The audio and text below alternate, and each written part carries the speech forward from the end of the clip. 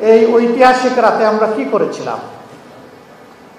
সকল বেতা যা মুখে ছিল তা ঝেড়ে ফেলে দিয়েছিলাম, তা পায়ের নিচে ফেলে দিয়েছিলাম। মহান আল্লাহর উপর ভরসা করে দায়িত্ব নিয়ে আমরা আমাদের সহকর্মীদেরকে আহ্বান জানিয়েছিলাম যে আমরা ব্যক্তিগতভাবে কারো উপর থেকে কোনো প্রতিশোধ নেব না। প্রতিশোধ প্রতিহিংসার জন্ম দেয়, প্রতিহিংসা সমাজকে ধ্বংস করে। আমরা পারতাম সেই রাতে শুধু যদি বলে দিতাম যে যার ক্ষতি করেছে তার সাথে একটু মোলাকাত করে আসো, বাংলাদেশ একটা বৌদ্ধভূমিতে পরিণত হয়ে যেত।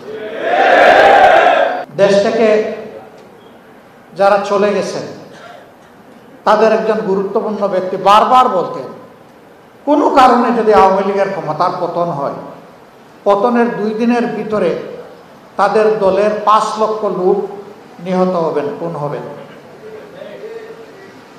তাদের জন্য এটাই ধারণা করা সঠিক 2টি কারণে। একটা হলো তাদের অপরাধ ছিল সীমাহীন, আকাশচুম্বী। দ্বিতীয়টা ছিল তাদের মেজাজ এবং নেচারটা ওই ধরনের। কিন্তু আমরা যখন এই ঘোষণা দলীয় কর্মীদের জন্য দিলাম, তখন আবার খেয়াল হলো শুধু দল নিয়ে তো দেশ নয়, এর বাইরে তো বিশাল দেশবাসী রয়ে গেছে।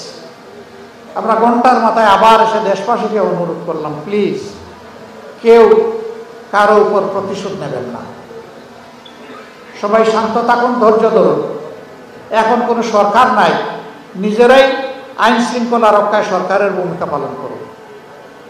আলহামদুলিল্লাহ, আওয়ামী লীগ দায়িত্ব জ্ঞানহীন হলেও এই জাতি দায়িত্বশীলতার পরিচয় দিয়েছে।